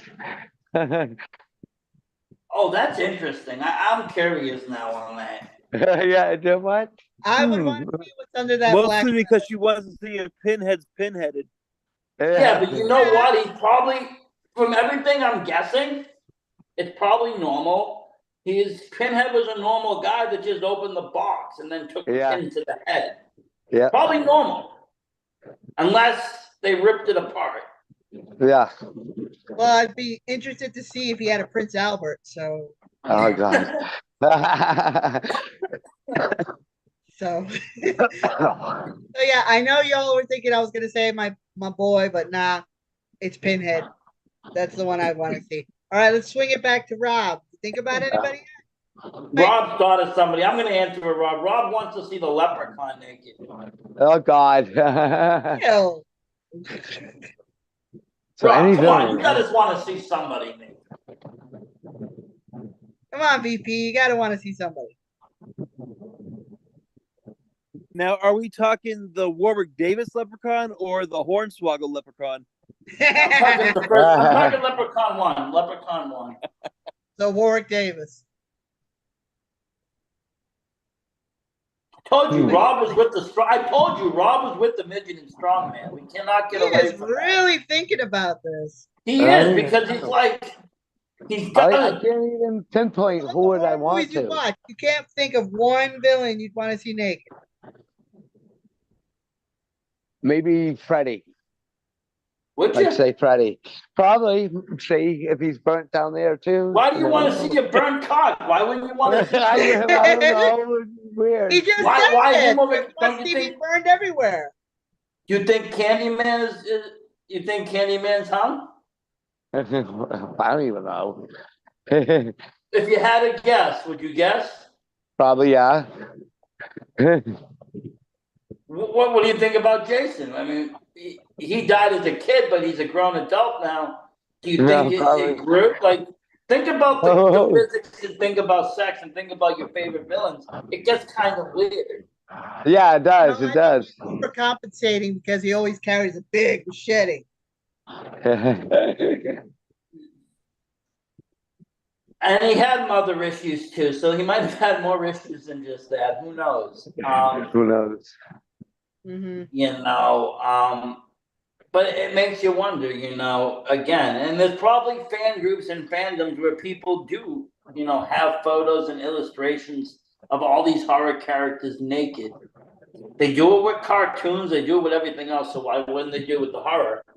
Yeah. They do it with wrestling too, there's all this fan fiction, sexuality, novel shit that people write that, takes weird twists and turns, and the same thing happens in the horror world. Yeah, I wrote stuff like that. Yeah, it happens, and I'm sure there's people out there having, writing, movies with Freddy and Jason getting it on in the campground somewhere. And I'm sure there is a market for that. Yeah. Well, Somewhere. slash fiction was very popular in the early 2000s, so probably. It is. There's a market for everything. Like I said, look at all the different categories on a porn site. There's something for everybody. The same thing with kind of almost now the way horror is. We talked about 80s horror. There was only a few genres, right? You had the genre of slasher film, and then you had other movies that were more more paranormal, and then you had some alien type movies, like Alien Itself and Predator. Now you have found footage films. You got ghost stories. You got this. You got all these different varying types of horrors and different niche horrors that really kind of you can narrow it down and watch a very specific type of horror movie, and watch 30 or 40 movies. And coming soon to YouTube, wrestling horror. Oh, That is coming. That is coming. We are working on that, and that's going to be something totally different because it's going to be something that's going to be very Tales to the Crypt like. yep. It meets a lot of indie wrestling in that scene, and it's gonna be great because not only are wrestlers, like I said, the perfect actors. I've said this 1,000 times because the fight scenes are going to look 100% on point. But they also know how to bring character to something. They know how to grab attention. They know how to grab audience. And to see them in this light is going to be a lot of fun. And a lot of the wrestlers that we're using have a passion for the horror movies themselves. Again, really excited for that. Really excited to see where this goes. Talking about a manifestation. This has been something I've been dreaming and thinking about for many, many years now of wanting to put something like this together. It's just a matter of finding the right people, the right crew, the right talent, the right guys. And I figured, and then finally found the right writer too, and everything has fallen into place to get this kind of series off its feet. Same. I feel the same way. Ever since I was a little girl, I always wanted to be a horror host. I loved Elvira, loved the Crypt Keeper, loved Here we Terrence. go. That's who. Forget. I changed my character. I want to see Elvira in this. Yeah. I would like to. But yeah, I've always wanted to do something like that. So the fact that I'm going to get a chance to manifest that wish is going to be completely awesome. I'm so looking forward to being the commentator. It's going to be so much fun to being I've been practicing Because my problem is though is that I can't say the lines without laughing because it's like I'm so excited to do this. I mean, I can't It's wait gonna to be make fun though. people It laugh. is. It's gonna be something really fun, something different, and something exciting. It's gonna bring a lot of passion together. It's gonna bring a lot of things on this network together. The wrestling, the horror, everything that we got going. And again, it's a lot of personal preference because I've always wanted to film different horror movies and different shorts. I have a really, I really love anthology horror. Ever since I got a hold of the early Tales from the Crypt, and I'm not even talking about like the movies. I'm not talking about the show. I'm talking about like the movies that came out prior, and they had a couple of shorts, and it all intertwined. The people were all dead, but they were in a basement, and they had to tell their story on how they died. One got killed on Christmas night. Yeah, and then there's a secondary that came out. They talked about the Crypt Keeper, and there's more Vault stories. of Horror. Yes, Vault I've of seen Horror. those movies. Yep. I have them on Blu-ray. Great films. Got me into a lot of that anthology horror. Yes, I like Tales from the Crypt. It's funny, but then I go into other anthology horrors that I've a lot of obscure ones that I've watched. I've watched Christmas ones. I've watched holiday ones. I'll find anything that's on Tubi, on Shudder, on what's the other one? Screambox. I subscribe to too. I'll watch all these anthology horrors that have weird things. I like movies like VHS. I've seen all of those. Anything kind of weird. And I love those kind of movies. So I've always wanted to film something with short horrors, 20-minute horror films, put them together, make something special. And again, it's been a dream to do such things. I've done script writing, I've done filming, I've done different things, but getting everybody together, getting everybody on the same page, getting everybody to want to work together, that's what's been the kind of difficult part, and that's where it all comes into play now. I know we've already got 2 episodes written. We've got the first episode already cast. It's only going to be a matter of time before we get it up, and then as soon as those 2 episodes are up again, it's going to be big time. I think it will be. I honestly, truly believe in my heart it will be the next big thing. Like it will. Thank you everybody for watching. We're gonna still be on YouTube for a little bit, but thank you everybody for listening here elsewhere. And we are still live though on YouTube for everybody that is still watching. Thank you for that. It was an interesting episode tonight. Thank you guys. And that is gonna be the future though, this kind of horror thing. And I think, it'll be really fun when we get, some of these episodes done to have an almost, we present the video here, as we're doing, and we do the almost, the director commentary, the actor commentary, the people that are in it, we have them on the show. We talk about these episodes. What was it like filming this? Why this? What was the story behind this? What was the reasoning behind this? All these questions. I love that kind of stuff. I love knowing the why on movies. I'm one of those people that do watch the director's, commentaries on films.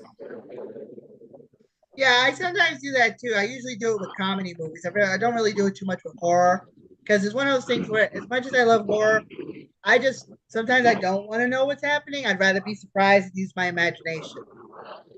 Well, yeah, I like to kind of know what the hell I just watched, especially on a weird ass film that had lead meaning and ending of like what the fuck. So I'll make sure to try to find, or I'll go online and start searching shit and do all of that kind of stuff. Just because it. Like I said, I want to know what the hell is going on. What was the meaning? What was the true meaning of it? But there's other times that it's like, okay, I've gone enough. Cool, I want to be Mystique. If I think there's going to be a part 2 to something, I won't go digging too deep. But if it's a solo movie, and like I said, I watch and I'm like, what the fuck? I'll definitely, kind of check it out and say, hey, let me go look in some forums and see what the ending meant and see what it was supposed to mean and try to get a director's word on it or this or that. I mean, sometimes, like I said, I like the business end of the cinema, not even the business end, but like the cinema end of the cinema world, like the filming end, like the cuts, getting the videos. I was a big Hitchcock fan in high school and in college studying stuff because Hitchcock used a lot of shots that just were very unique. Especially, the shots going down the stairs. That was a very unique shot that wasn't done at the time. And then they talked about in a lot of the film classes I did how important that shot was. But it got me in the mood of wanting to shoot video. Another movie that it really had a lot of cool shots was Night of the Living Dead. I liked a lot of their scenes actually. It was it wasn't a big budget film, but it had enough where they used like the cemetery scene, very low budget scene, but it had just enough creepiness to it. And same thing with the house scenes and other scenes. It was shot very well. So how you shoot a movie, what shots you get, what cuts, it makes a difference in a whole movie. That's what director's cuts are from. That's what other movies are from. It's pretty interesting when you get into that end of it to learn about it. Yeah, I stumbled across something on YouTube as a suggested video. It was Vanity Fair's breakdown of a scene, and it was a scene from The Menu, and it was Anya Taylor-Joy and Nicholas Hoult talking about how she first meets the chef as he comes over to the table, and they break down the scene and how it went down. And I have to admit though, that was pretty interesting to see how it was, how the actors reacted to each other and how they, they literally were like eating oil for like an hour as they were doing this film, doing that particular scene, and that how, she pretty much had to go to like chiropractors afterwards because she kept her back like this the entire time. So how uncomfortable she was. So yeah, maybe I do watch things like that. Not like so much director's commentary, but like how a scene is broken down. Well, I mean, Right. sometimes, like, I'll be honest with you, I've watched some of the director's commentaries, like, for, like, Rob Zombie films, because I think it was interesting to hear Rob talk about shit. Some of my other favorite films, like the Halloween movies and stuff that I have it, I'll watch it. And honestly, some of, Blumhouse's videos, too. I'm actually a Blumhouse fan. I like a lot of their movies. I know some of them are hit or miss, but I found a lot of them to be pretty decent.